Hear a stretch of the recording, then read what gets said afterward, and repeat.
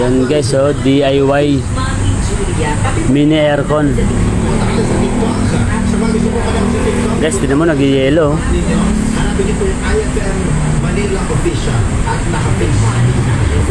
Ayan guys, yung pagforma niya ng ano, paggawa niya, no.